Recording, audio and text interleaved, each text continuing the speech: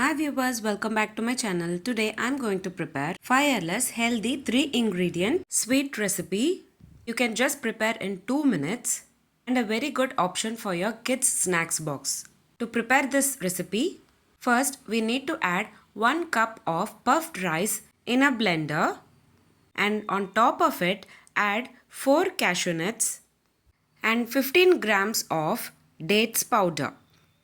You can add sweetener of your choice. Today I am adding dates powder. You can also add jaggery powder instead of dates powder. Blend it well. Now the mixture is perfect to make ladoos.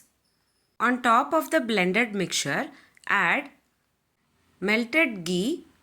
I have added 3 spoons of ghee, that is 15 grams of ghee. Now give a nice mix and hold the mixture in your hand and gently press it down. This is a perfect stage where you can make laddoos.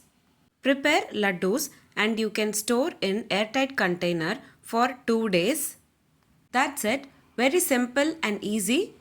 Fireless healthy puffed rice laddoos ready to taste. If you also try this recipe, please do comment on the same.